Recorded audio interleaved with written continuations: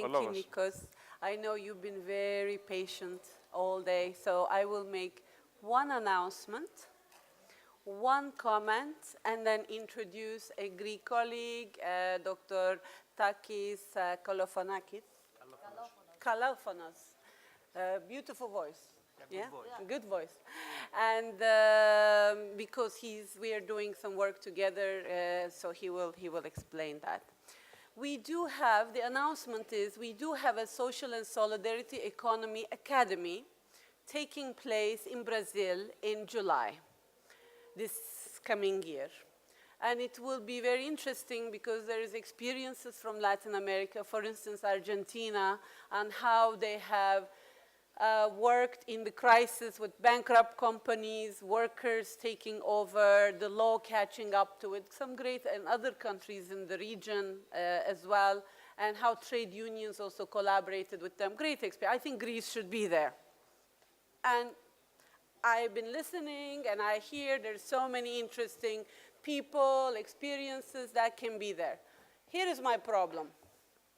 These are all very interesting local experiences. But the persons that go from Greece will need to come back and bring it and share it with the others. This requires someone who has that kind of function, which is beyond the individual local experience, at the regional, at the sectoral, or national level.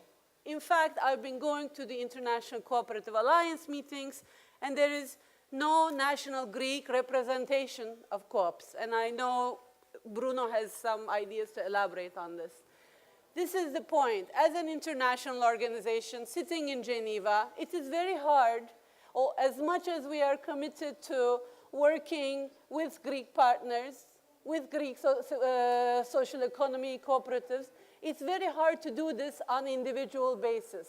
We need to know who's your representative, who's your common institutional body that works with you all to respond to your problems, to voice your concerns with government, represent you at the international level. This is important. So I raise this as an invitation with a caveat. The next point is, very quickly, I told you yesterday about Recommendation 193, which is this international recommendation on how do you, the guidelines for cooperative legislation. I've been hearing all the challenges around laws, the new law, the implementation of the law. Several sub-points here. One is, it's okay for there to be different sectoral laws to capture the specificities of social service co-op or civil co-op or agricultural co-op. What's important is they are not contradicting each other on the basics, and that they are not contradicting the international standard, that it is in line and aligned with the international good standards.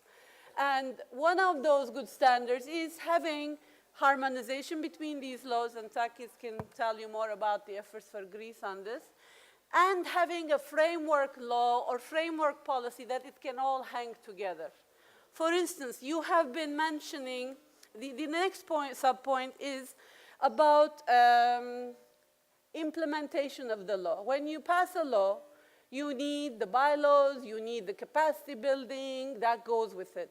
Accountants, hundreds of accountants should be trained, hundreds of lawyers should be trained to help, assist in the implementation of these laws with the institutions that are going to be formed.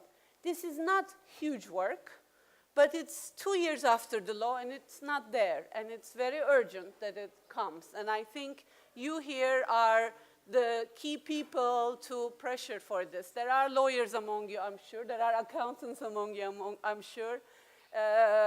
Somebody has to take this, and I hope from tomorrow this is one of the possible ways forward, immediate ways forward. The third point is around alliance building. This is a social movement about economic democracy, going back to direct democracy, as many of you said today and yesterday. And it needs to build alliance with other social movements. You may have historical problems with them. You may not always see eye to eye. You may be different shades of green or red. But at this time, there is some alliance building needed. When we work with worker co-ops in the ILO, our key concern is how to make sure worker co-ops are understood, are promoted, are supported by trade unions. Punto. Okay, now to Greece. In the beginning of October this year, we worked with CANEP, which is the education arm of IESE, Greek trade unions. They have been doing some training around social economy, around citizens' participation in consumer cooperatives, etc.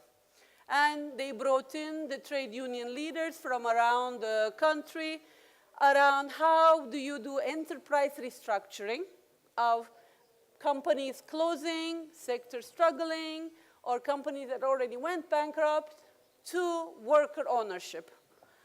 I would like to leave the floor to Takis Kalophonos, who worked with Spiros Damsos, his colleague who's not here, Damsas, who's not here, to say what was the work that was done on Greece on this issue. Thank you.